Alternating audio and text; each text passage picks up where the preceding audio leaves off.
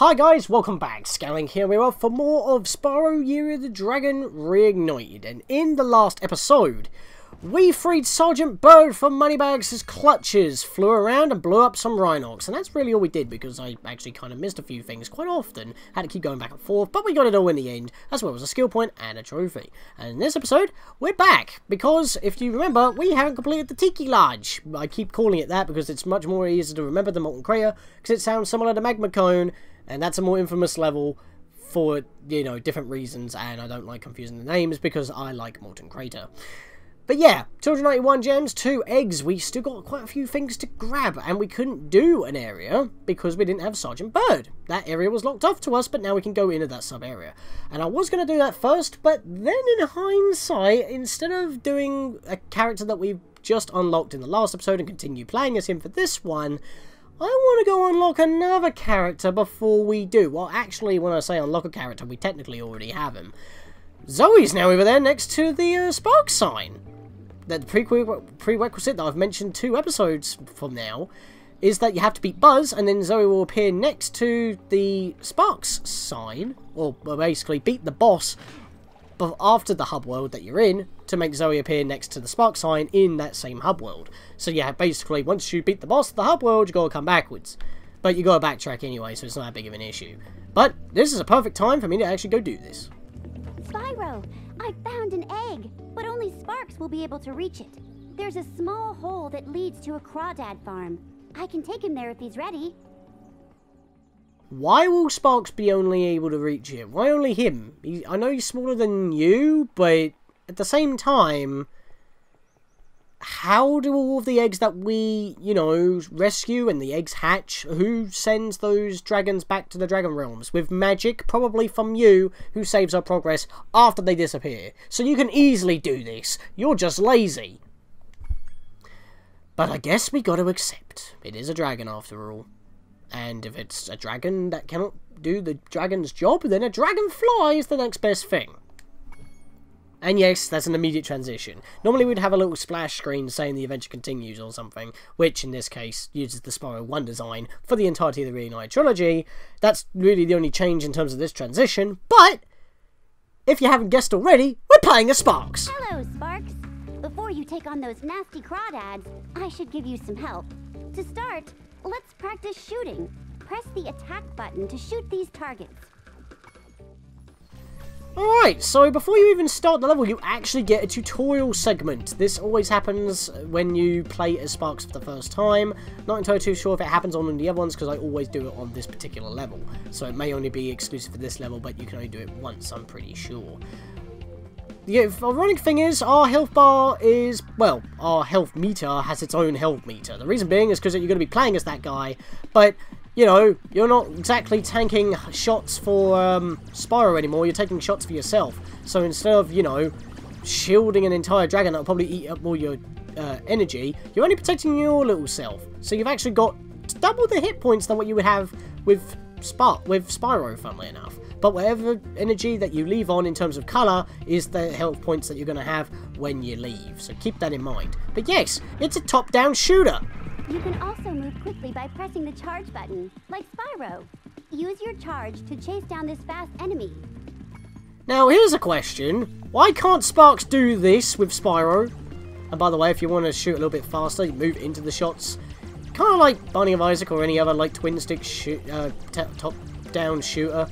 But here's the thing, yeah, when you dash you get like a little trail, just like how he dashes for gems, but you can't search for gems by clicking in the left analog stick. In fact, if I just bring up the pause menu right now, this does appear just like the boss in the hub world itself, because, you know, this boss is part of the hub world. But Crawdad Farm, it actually specifies that it's Sparx specific. Not a lot of gems to grab though. If I actually go to our options and go to the move list in controls, and then press triangle, Sparx does have his own section, which is actually the first section.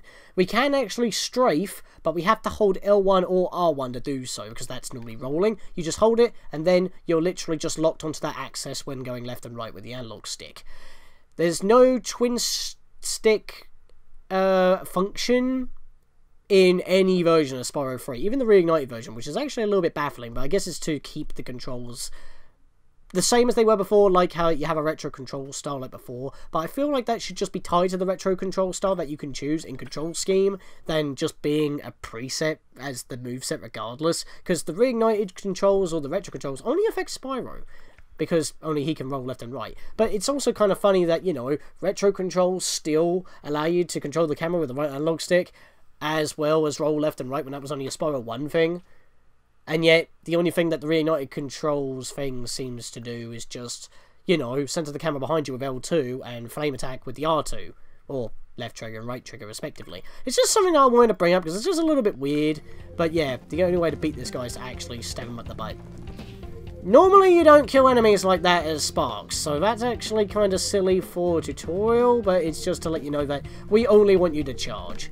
But yeah, why can he not shoot when he's with Spyro? I guess it's because he's using extra energy to shield hits. Now for the hard part.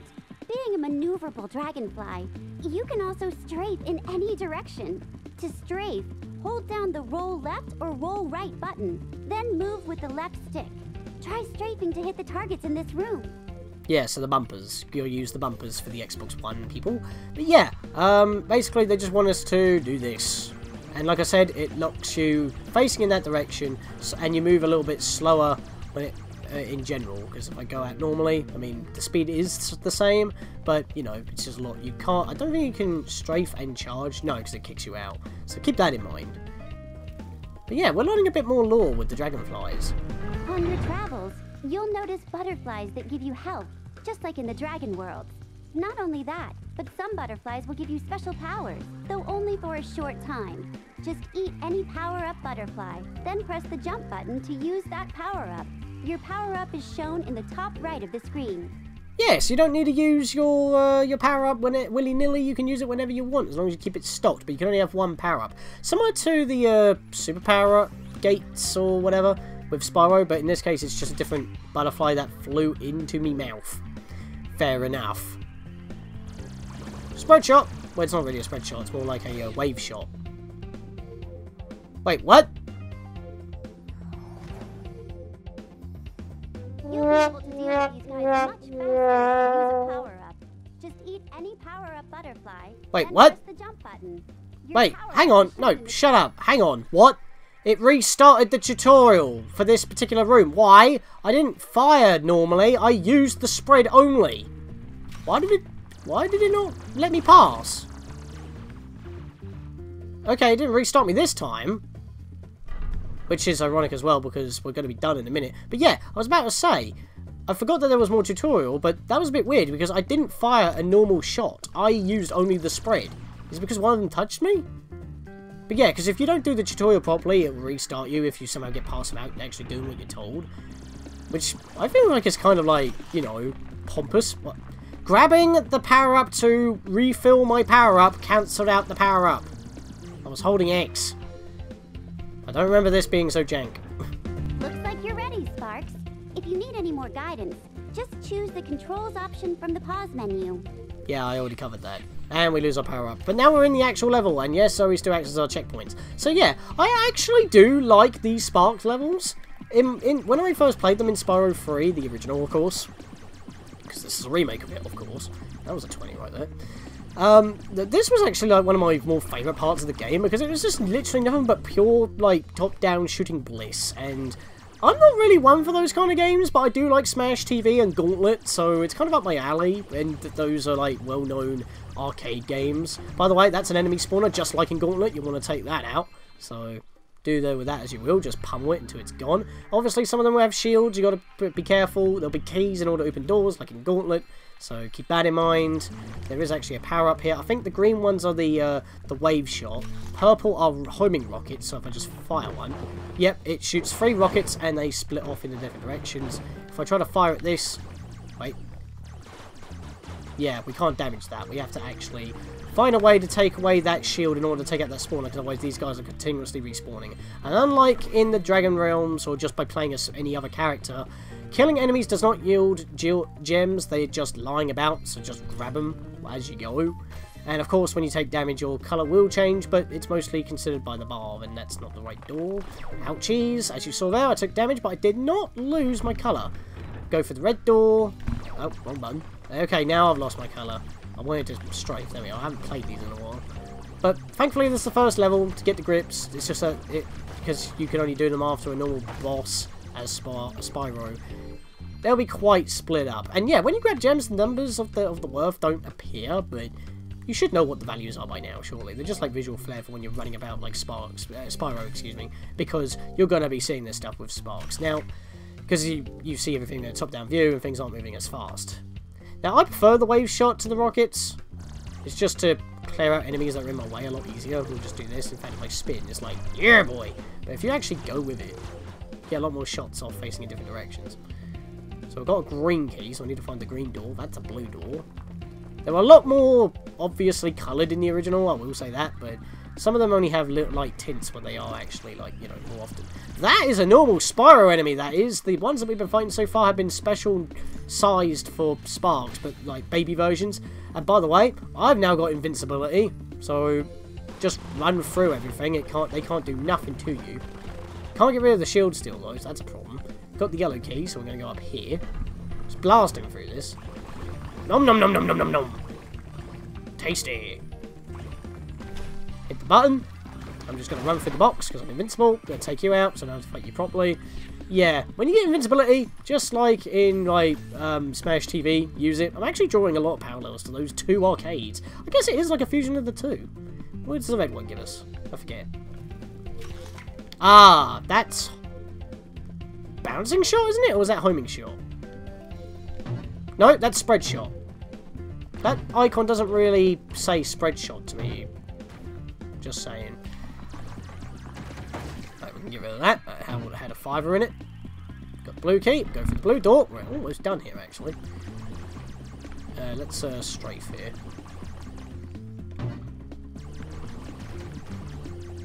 I think I might want to keep some of this. Oh, whoops. Press one button. I tried to charge. You can't kill enemies with charging, unlike what the tutorial said. Give me that health. There we are. Takes a couple of hits in order to do it. I guess the reason why Sparx doesn't do things when Spyro is active is because because he has to protect Spyro, so that eats up more of his energy, so concentration as well, perhaps. And not only that, but his fireballs are probably going to do nothing to the Rhinox while Spyro's frame is more than adequate. Even though these pretty much have no limit on their range. Just saying. So it feels like that Sparx has actually got the better thing. Even if it's just like quickly pummeling, support fire would be nice. Just saying, but like I said, that probably like eats up, you know, Spyro's ability. But yeah, this boss is kind of easy. He's the first Sparx boss, obviously, so just strafe and shoot him as you go.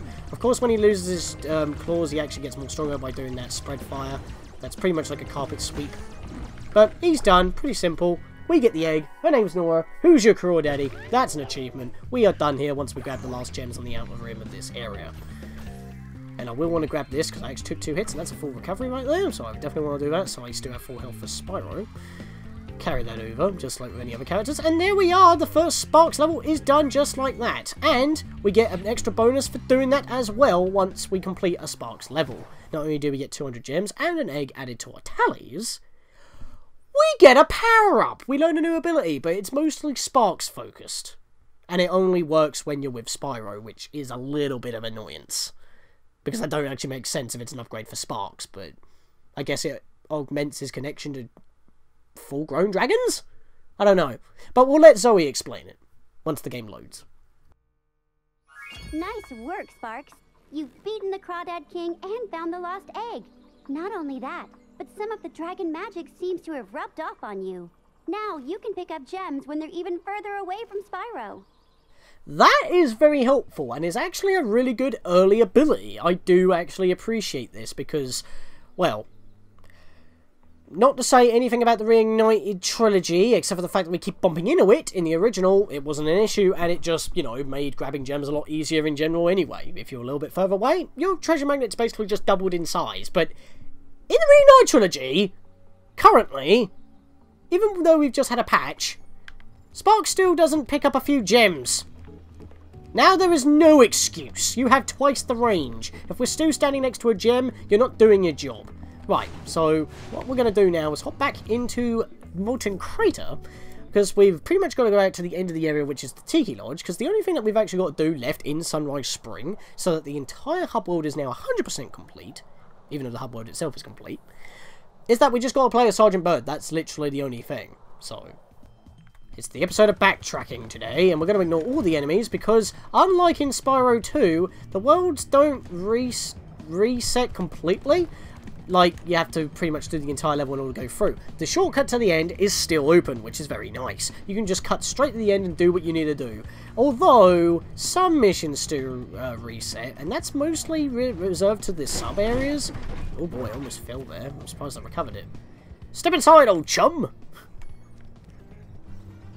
Oh. Normally there's a conversation when you transition. I'm surprised there weren't. That was quite abrupt. Then again, I guess there's no time for small talk because James Byrd is on the case. I'm playing a game of hide and seek with my friends. If I can't find where they've hidden their heads, they won't let me join the Tiki Lodge. Help me put them back together and I'll make you an honorary member. How can you make me an honorary member if you're not even a member? Does being a member yourself allow you to give membership to other people? Isn't that like abusing power on newcomers?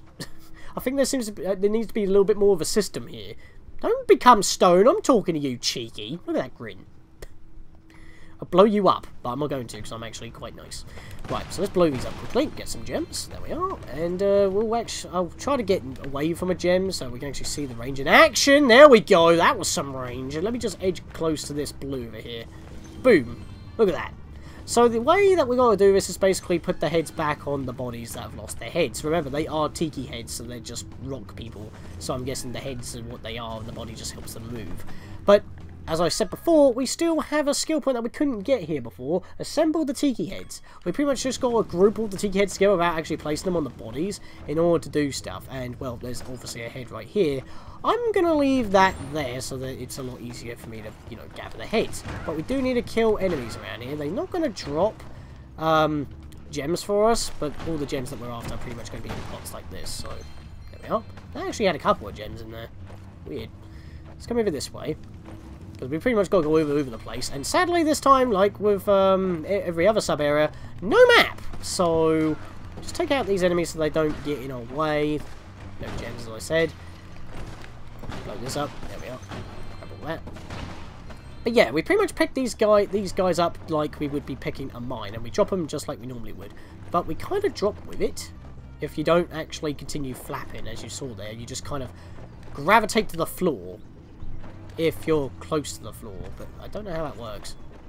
Okay, sometimes it happens, sometimes it don't. That's weird. Oh boy, okay, the birds respawn. That's good to know. Yeah, they respawn. Can I actually watch them respawn? What if I hang about? Let me just hang about for a moment. Can I actually watch them respawn? Oh, they literally just poof in. Wow, they don't stay dead for long at all, do they? I don't remember that being so quick. Alright, be careful here. But yeah, this place is quite winding, so you have to really, like, search for the heads. I mean, there's normally just 3 different pathways, and that's really it. But, you know, it would be appreciated if you still had a map, because you could get confused, but then again, you could also use the gems as your marker. Unless you die, then, of course, you're going to get lost again. I mean, they can interconnect, so keep that in mind. Let's grab all them. I don't know why, my computer's warming up a storm today, and I only turned it on today. Normally I oh dear. Yep, that's why you don't want to get hit, because they'll land in the lava and they'll respawn. Ouchies. Wait, I got hit twice. And yet I'm only blue. What? Wasn't I supposed to take damage there? I guess these guys don't do damage, they just literally knock the head out of my flippery feet. Which again, Flightless Byrd, with artillery, holding a tiki head. What's this all about? For a bird who shouldn't be able to fly, he sure has had the training as well as the strength in order to do that. Just saying. It's kind of ridiculous. Right, do that. I think I'm missing one more head. I want to come up here because I saw... Yep, there's a ball here. Blow that up. Drop down with it. Grab that. For whatever reason, Sparx won't grab the gems from bottles unless I'm actually on the floor. Oh, look, hidden egg. That's one of the 2 eggs we're missing. I guess we know where the last one is now. It's just doing the mission at hand. Which will get us the rest of the gems. 44. Awesome sauce. Blow you up. Get out of my way. Actually, I need a test to see if they actually do damage, because I got hit by them. No, they don't do damage, they just knock you for a loop. Fair enough. That's why I didn't go blue first and then green when I touched the fire. Oh, that's cheeky. It's literally right above where you would get hit if you picked it up. Because you can't be on the floor. You hover. So let's come down here. Drop you. I didn't do it. I guess I haven't got them all still. How many bodies are there? 1, 2, 3, 4, 5. Okay, there's 5. I haven't been up here yet. There's a gem up here I haven't got yet. Ah! There's the last head. Found you. And we have all the gems. Awesome. So we don't need to explore anymore. Ouchies! At least he didn't fall in the lava. I'm fine. Oh boy. If I could pick this thing up, that'd be nice. Get out of there. Thank you. I was about to get burned. But I didn't. So it's cool. Drop it. Not on top. There we are. They're all happy. And they're awake. Got a skill point. And now they're inactive. Once they're inactive, then you can actually do what you need to do. If you have already placed the heads, I believe what you'll have to do is either leave the sub-area and come back, or if that don't reset the area, you would have to leave Molten Crater, then come back, and then come back into the sub-area to do it. So if you haven't got the skill point, it's not locked out if you complete. As I said, the sub-areas do reset themselves when you return to the world. So that's really the only thing that does reset. The main world itself does not reset. So that's probably because of the skill points themselves, because most of the skill points in the levels aren't really based on anything that could be potentially missed, because as you can see here, I can't pick up his head after he's been placed, so that's the only way to redo it. Which means you can regain the egg. I mean, if you redo the bosses, you can regain the egg, so some things do reset. I mean, Take this egg as a sign of your honorary membership to the lodge. how do you normally do that if you don't have dragon eggs to do that with? Well, that's never happened before. I hope it's not a bad omen. No, completely the opposite, in fact. Because we are done in the Tiki Lodge. I don't even think this place is actually the Tiki Lodge. I just like it. I just like how they say it. The Tiki Lodge. Or in the original, the Tiki Lodge. I don't know where I'm going. I'm going back to the beginning of the level. The exit port was up here. But yeah, that is actually everything that we needed to do in the, oh no, my footage is bugging out. Dang it, I'm going to have to back that up with PlayStation's recorder version. That's fine. But yeah, in the next... sorry about that, guys, if there was a bit of a glitch. I'll have to fix that. That's probably because my computer Word. But yeah, enough about that. I'll meet you guys back in Midday Gardens, where we'll continue clearing that area, because we are completely done in Sunrise Spring. All of our backtracking is done. Meet you guys back in Midday Gardens. See you guys then.